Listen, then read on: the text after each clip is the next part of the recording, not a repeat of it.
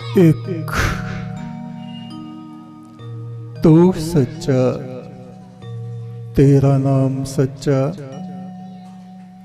हे आदि पुरुष परमेश्वर, तू सच्चा है, तेरा नाम सच्चा है।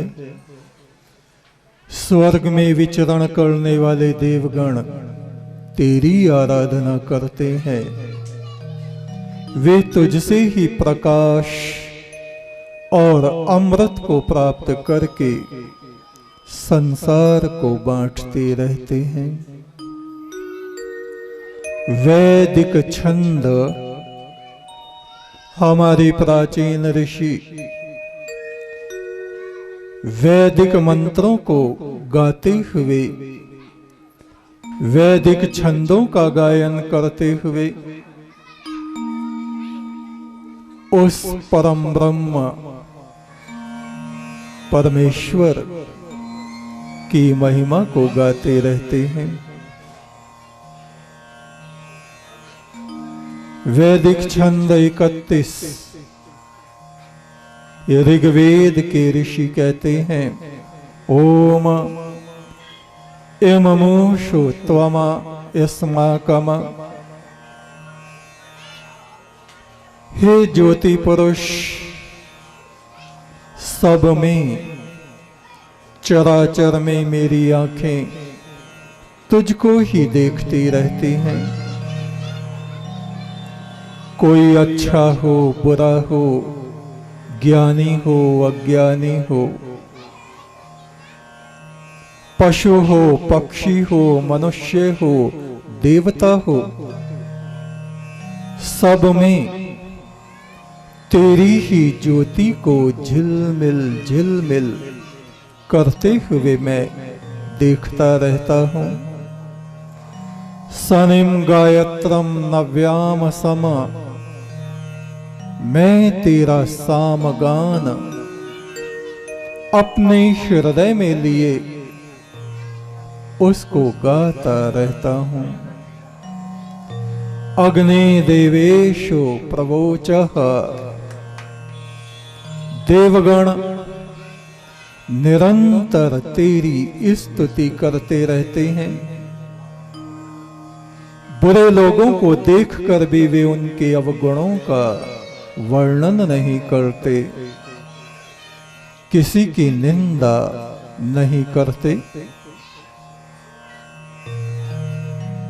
परमेश्वर का मार्ग, उस प्रभु का मार्ग निर्मल हृदय वालों के लिए सदा खुला रहता है।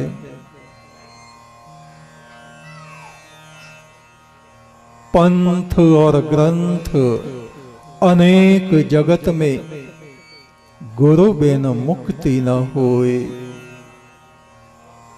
गुरु सुमर हर पाइये, तेरा फेर न मरना होए। बिना सच्चे गुरु के किसी को भी परमात्मा के मार्ग में प्रवेश नहीं मिलता। उस अंतर्यामी परमात्मा ने ये दस्तूर, ये परंपरा कायम की है। पहले गुरु के चरणों में जाके जो अपने अहंकार को नष्ट करता है, इस मस्तक को झुकाता है, परमात्मा उसके हृदय के प्याले को अपने अमृत से भरता है। कोई खाली घड़ा समुद्र के ऊपर महीनों तक, बरसों तक, युगों तक खाली का खाली तैरता रहता है। जब तक वो समुद्र के आगे झुकता नहीं, वो खाली ही रहता है, भरता नहीं। और जिस क्षण वो घड़ा समुद्र के आगे झुक जाता है, नतमस्तक हो जाता है, तुरंत जल से परिपूर्ण हो जाता है, भर जाता है, उसे भरने में जरा सी भी देर नहीं लगती। ऐसे ही जो जीवात्माएं सतगुरु की शरण में आ जाती हैं,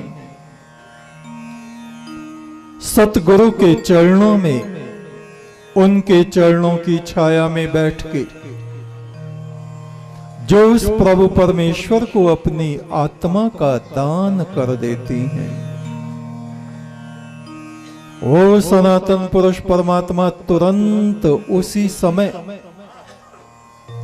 उन आत्माओं को अपने दिव्य अमृत से भर देता है।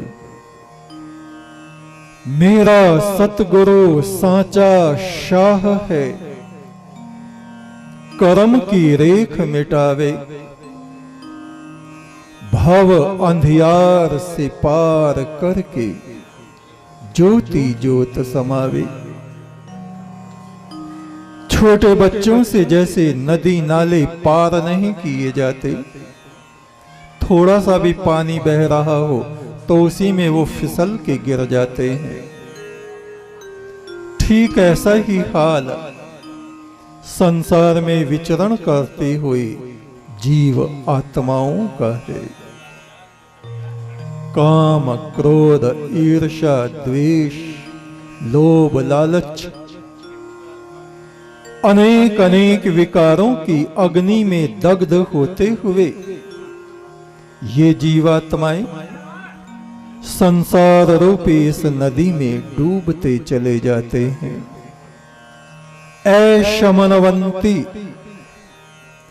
जिसका शमन नहीं हो सकता,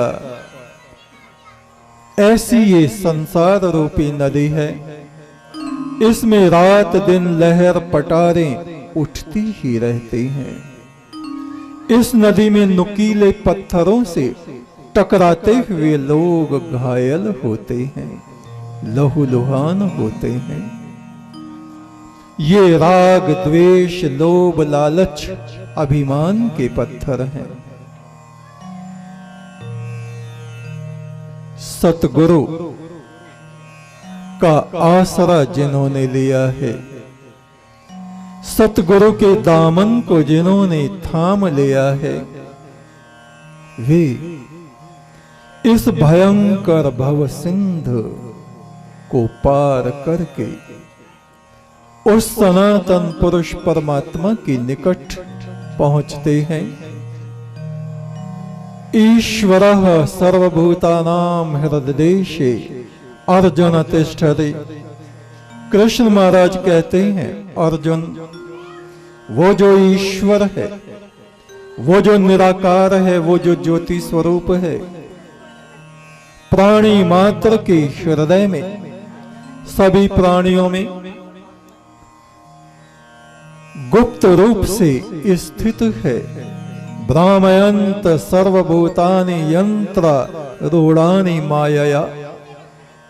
वो ईश्वर उनके हृदय में रहता हुआ, उनकी आत्मा में बैठा हुआ, सभी को यंत्र और मशीन की तरह घुमाता रहता है।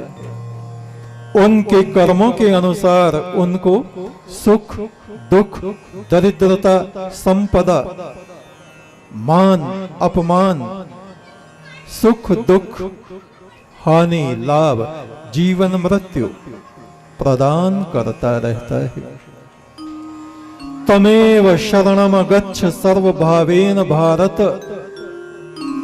कृष्ण महाराज कह रहे हैं, हे भारत, हे अर्जुन, हे ज्ञान में रमण करने वाले, सब प्रकार से तू उस परम पुरुष परमात्मा की शरण में जा। तमेव शरणम गच्छ, तू उसकी शरण में जा। सर्वभावेन भारत, सब प्रकार से, सब बुराइयों का त्याग करके, सब प्रकार से उसकी शरण को ग्रहण कर। तत्प्रसादात पराम शांति स्थानम प्राप्यसि शाश्वतम। उस परमेश्वर की कृपा से तो परम पद को और परम शांति को प्राप्त करेगा। बहुनो जन्मा मन्ते ज्ञानवानमा प्रपद्यते वासुदेवः सर्वमिति स महात्मा सुदुर्लभः। बहुत जन्मों तक तप करते रहने पर, बहुत जन्मों तक साधना आराधना पुण्य कर्म करते रहने पर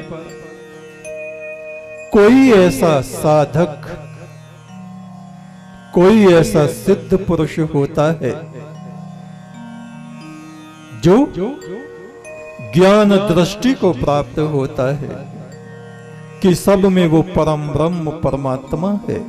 ऐसा सब में उस आदि पुरुष ज्योति स्वरूप परमात्मा को देखने वाला पुरुष इस संसार में अति दुर्लभ है। बिना गुरु के इस संसार में किसी को ज्ञान की प्राप्ति नहीं होती। बिना ज्ञान के किसी को मोक्ष प्राप्त नहीं होता। और केवल उपासना ही नहीं, सत्कर्म भी हमको करने पड़ते हैं। 3 व्यक्ति एक पहाड़ी मार्ग से गुजर रहे थे, यात्रा कर रहे थे। पुराने वक्त की बात है, उस समय में लोग पैदल यात्रा किया करते थे। वे तीनों अजनबी एक दूसरे को जानते नहीं थे। पहाड़ के मार्ग से यात्रा कर रहे थे। ऊबड़ खाबड़ रास्ता था और तभी अचानक काले काले बादल आकाश में छा गए, बिजली कड़कने लगी, घनघोर वर्षा होने लगी। उस बारिश से बचने के लिए इधर उधर उन्होंने देखा, बिल्कुल करीब ही एक गुफा थी। वे तीनों उस बारिश और तूफान से बचने के लिए उस गुफा में प्रवेश कर गए। बहुत जोर से बिजली कड़की और करीब की किसी पहाड़ी पर वो बिजली गिरी। उस बिजली के गिरने से बड़ी सी चट्टान टूटकर लुढ़कती लुढ़कती लुढ़कती लुढ़कती ठीक उस गुफा के दरवाजे पर आकर लग गई और वो दरवाजा बिल्कुल बंद हो गया। गुफा के अंदर अंधकार छा गया। तीनों यात्री घबराहट और भय से अपना सिर पकड़ के वहीं बैठ गए। उनकी आंखों के आगे अंधकार छा गया। थोड़ी देर में उनकी सामान्य स्थिति हुई। उस अंधकार में भी एक दूसरे को वो देखने लगे। एक ने कहा, हाय हे ईश्वर, इस गुफा में हमारी कब्र बननी थी। हमारे घर वालों को पता भी नहीं चलेगा कि हम कहां मरे, हमारा क्या हुआ। हे प्रभु, हमारी रक्षा कर। उनमें से दूसरे ने कहा, ऐसे विलाप करने से कुछ होने वाला नहीं। कोशिश करो हम तीनों मिलके इस चट्टान को आगे खिसका सकें। तीनों ने बहुत जोर लगाया, पर वो चट्टान बहुत बड़ी थी, भारी थी। उसको वे जरा सा भी हिला नहीं सके। थक के पसीने पसीने होके बैठ गए। उनमें जो समझदार था उन्होंने कहा, भाइयों, उस परमात्मा से प्रार्थना करो, एक एक करके प्रार्थना करो। और वो परमात्मा ऐसे ही हमारी प्रार्थनाओं को नहीं सुनता, स्वीकार नहीं करता। तुमने अपने जीवन में कुछ शुभ कर्म किए हों तो उनका जिक्र करो और उन शुभ कर्मों का हवाला देके उस प्रभु परमेश्वर से प्रार्थना करो कि वो हमारी जान बख्श दे। उनमें से एक कहने लगा, देखो मैं एक मजदूर आदमी हूं, मैं कोई पुजारी नहीं हूं, पंडित नहीं हूं, मैंने वेद शास्त्र पढ़े नहीं है, मुझको प्रार्थना करने का तरीका भी नहीं आता है, मैं नहीं जानता वो परमात्मा कैसा है, वो कहाँ रहता है, मैंने आज तक कोई प्रार्थना की भी नहीं है। मैं अपने जीवन का एक वृतांत सुनाता हूं। मैं एक किसान के यहां मजदूरी करता था,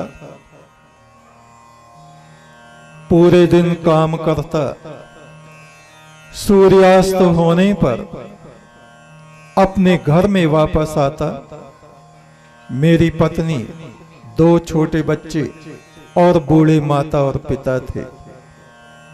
मेरे घर में दूध देने वाले जानवर थे, भैंस थी, गाय थे। शाम को सबसे पहले मैं दूध निकालता और उस दूध को अपने मां और पिता के पास ले जाता। अपने बच्चों को, पत्नी को और स्वयं मैं बाद में पिया करता। एक दिन किसान के यहां मेहमान आए हुए थे। मुझे उन मेहमानों की सेवा करते हुए बहुत रात बीत गई, विलंब हो गया, देर हो गई। देर से मैं घर लौटा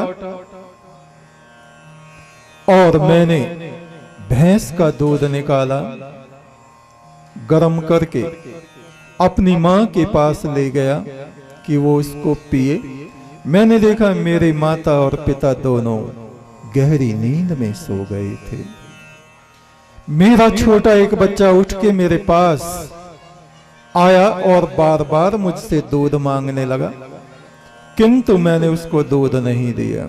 कहा, पहले तेरे दादा और दादी पी लें, उसके बाद में तू और मैं दोनों पिएंगे। अपने सोए हुए माता पिता को मैंने जगाना उचित नहीं समझा। उनकी चारपाई के पास मैं बैठ गया और बैठे बैठे मुझको नींद आ गई। मेरा बच्चा भी सो गया। सुबह हो गई, हमें पता ही नहीं चला कब सुबह हुई। मेरी मां सबसे पहले उठी और देखा मैं वहां बैठा हूं। उसने मेरे पिता को भी उठाया। उन दोनों ने मुझको जगाया। कहा, बेटे तू यहां कैसे बैठा है? मैंने कहा, मैं आपके लिए दूध लाया था, आप सो गए थे। मैंने जगाना ठीक नहीं समझा कि जब उठेंगे तब खुद पिला दूंगा। मेरी माता ने मुझे अपने आंचल में भर लिया, मेरे सर पे हाथ फेरती हुई बोली, हे भगवान, हे परमात्मा, तू सबको मेरे जैसा पुत्र देना। हे भगवान, इस मेरे बच्चे पर कभी कोई मुसीबत ना आवे। अगर कोई परेशानी में ये पड़ जावे तो इसके संकटों को दूर करना। उस व्यक्ति ने कहा, हे मेरे साथियों, यदि तुम मेरे इस कार्य को अच्छा समझते हो तो मैं परमात्मा से प्रार्थना करता हूं, ए जमीन और आसमान के बनाने वाले, तू हमें बख्श दे, हमारी बुराइयों को माफ कर दे। आगे से जीवन में हम अच्छे काम करेंगे तो हमें जीवन दान दे दे। फिर से बिजली कड़की, वो चट्टान हिली और हिल के थोड़ी पीछे हट गई।